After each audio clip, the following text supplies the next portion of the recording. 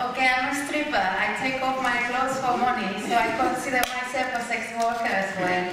I rather join my fight with sex workers in general and fight stigma altogether, a stigma that I also suffer myself, than be called just a dancer. So I'm also a member of Crosstalk, who is an organization that provides free English lessons to migrant sex workers. As you can see from my accent, I'm also a migrant. And I want to say just that I started working in a peep show in Soho in the year 2000.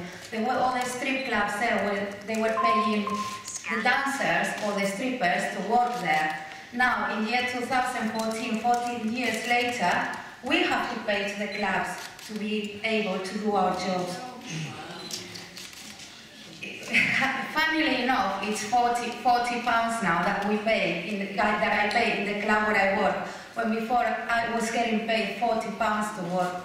This is how it has changed the scene of strippers in London. Something that could have some relationship with is the sexual entertainment venues that the clubs have to hold now to be able to hire us as dancers. This license, apparently, that not only is bad because it's taking away your security of a minimum wage when you're working. Before I used to work where I could just get paid for money doing a show. Now I have to be begging around for private dances to be able to be sure that I'm gonna go with some money home. So yes, I would like to ask the politicians to reconsider this license that is only making things harder for us. Another thing I would like to say is a word to feminists.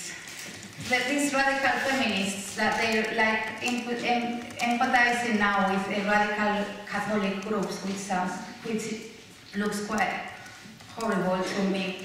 I would like to say a word about feminism. I do think a lot about feminism, and I think real feminists should defend women's choices. Exactly.